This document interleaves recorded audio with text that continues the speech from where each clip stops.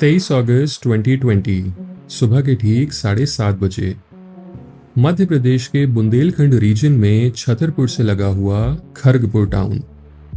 रोजाना की तरह लोकल मिल्कमैन गली के एक 2 मंजिला घर का दरवाजा खटखटाता है, पर कोई रिस्पॉन्स नहीं मिलता। धीरे धीरे पड़ोसी इकट्ठा होने लगते हैं, क्योंकि इस घर के लोग यूजुअली सुबह जल्दी जाग जाते थे, पर आज का दिन कुछ अलग था। जब पीछे के रास्ते से झांका गया और पुलिस को बुलाकर दरवाजा तोड़ा गया, तो अंदर का मंजर किसी के भी रोंगटे खड़े करने के लिए काफी था। घर के अंदर 5 बॉडीज सीलिंग और विंडो ग्रिल से लटक रही थी।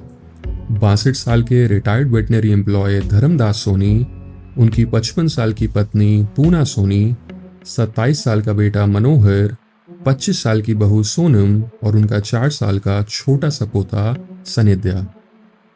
क्राइम सीन पर कोई सुसाइड नोट नहीं था। घर का मेन गेट और पीछे का दरवाजा अंदर से टाइटली बोल्टेड था। कोई फोर्सफुल एंट्री का साइन नहीं नजर आ रहा था, और अगले ही कुछ घंटों में पूरे मध्य प्रदेश में एक ही तरह की थ्योरी फैल गई कि क्या ये बुंदेलखंड का अपना खुद का बुराड़ी केस है।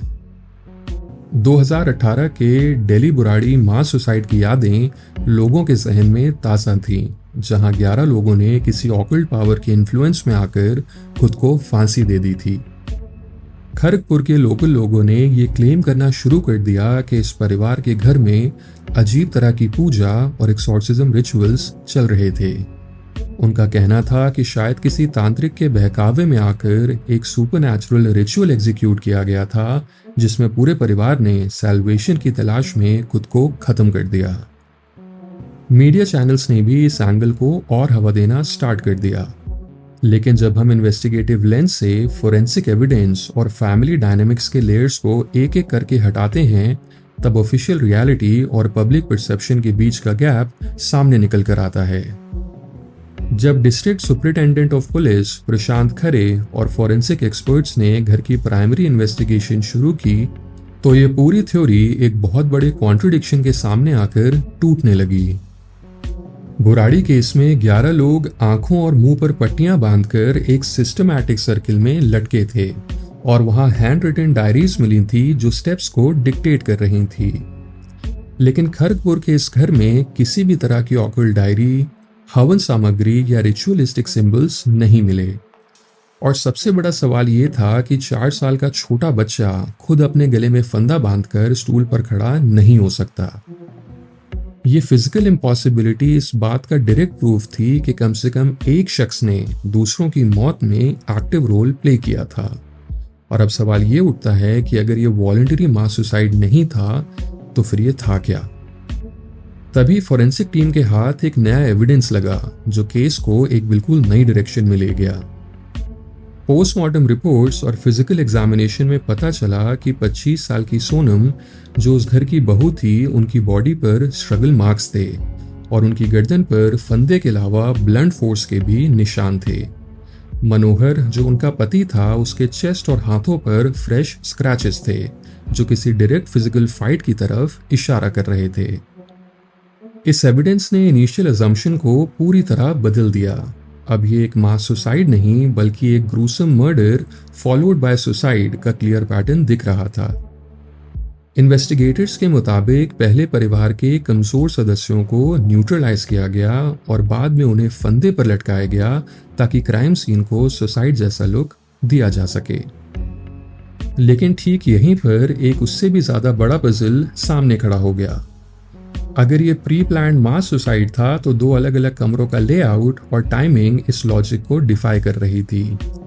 एक ही कमरे में धर्मदास, उनकी पत्नी पूना, बहू सोनम और 4 साल के सनिध्या की बॉडी थी, जबकि बराबर के दूसरे कमरे में मनोहर अकेले लटक रहे थे। धर्मदास एक फिजिकली फिट रिटायर्ड एम्प्लॉय थे। अगर मनोहर या किसी एक शख्स ने अकेले सभी को मारा था, तो 62 साल के फादर और बाकी फैमिली मेंबर्स ने बिना किसी हैवी रेजिस्टेंस या चिल्लाने की आवाज के खुद को न्यूट्रलाइज कैसे होने दिया। पड़ोसियों ने भी कंफर्म किया कि उन्होंने रात में किसी भी तरह के चीखने चिल्लाने की आवाज नहीं सुनी थी, घर के सभी एंट्री पॉइंट्स अंदर से कंप्लीटली बंद थे, जिसका मतलब था कोई तीसरा शख्स भी बाहर से अंदर नहीं आया था। तो फिर बिना किसी शोर शराबे के 5 लोग 2 अलग अलग कमरों में कैसे मारे गए? इस सवाल का जवाब तब मिला जब पुलिस ने लोकल केमिकल एनालिसिस और टॉक्सिकोलॉजी टेस्टिंग के सैंपल्स वेरीफाई किए और साथ ही फैमिली के बैंक डॉक्यूमेंट्स और कॉल रिकॉर्ड्स की टाइमलाइन भी रीबिल्ड की। इन्वेस्टिगेशन में रिवील हुआ कि धर्मदास सोनी ने हाल ही में अपनी लगभग 2 एकड़ एग्रीकल्चरल प्रॉपर्टी बेची थी और उनके अकाउंट में एक सब्सटैंशियल अमाउंट जमा था। बेटा मनोहर बेरोजगार था और अपने पिता पर लगातार प्रेशर डाल रहा था कि वो पैसे उसके बिजनेस सेटअप के लिए दे दिए जाएं। धर्मदास इस बात से लगातार इनकार कर रहे थे, जिससे घर में फाइनेंशियल इनसिक्योरिटी और एक्सट्रीम डोमेस्टिक स्ट्रेस अपने बॉइलिंग पॉइंट पर पहुंच चुका था। जब मैंने इस केस को स्टडी किया तो मुझे शुरुआत में लगा कि यह केस सिर्फ एक फाइनेंशियल डेस्परेशन और अचानक हुए वायलेंट रेज का आउटकम था। लेकिन जब हम उस आखिरी शाम के सीक्वेंस और फिजिकल ऑटोप्सी मार्कर्स को डीपली एनालाइज करते हैं तो समझ आता है कि यह कोई स्पॉन्टेनियस झगड़ा नहीं था, बल्कि एक स्लो बर्निंग साइकोलॉजिकल कोलैप्स था, जहां हर एक कैरेक्टर किसी न किसी कॉर्नर में ट्रैप हो चुका था। फोरेंसिक रिकंस्ट्रक्शन और फाइनल ऑफिशियल टाइमलाइन के मुताबिक उस मनहूस रात को डिनर के दौरान या तो परिवार को सेडेट किया गया या फिर डीप स्लीप के वक्त उन पर अटैक हुआ, जिससे रेजिस्टेंस मिनिमल रहे।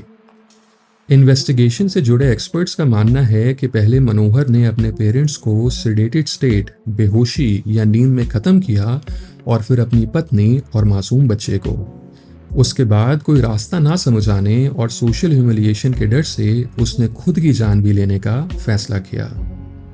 ये फाइनल रिकंस्ट्रक्शन इसलिए मैटर करती है क्योंकि ये उस इजी मिथ को एक्सपोज करती है जो पब्लिक अक्सर ऐसी ट्रेजेडीज पर चिपका देती है। खरगपुर की यह ट्रेजेडी किसी अनसीन कोस्ट या तांत्रिक एक्सॉर्सिज्म का रिजल्ट नहीं थी, बल्कि बंद कमरों में दबी हुई financial greed, unaddressed mental breakdown और डोमेस्टिक टॉक्सिसिटी का वो अंधेरा था जो एक पूरे हंसते खेलते परिवार को एक ही रात में निगल गया।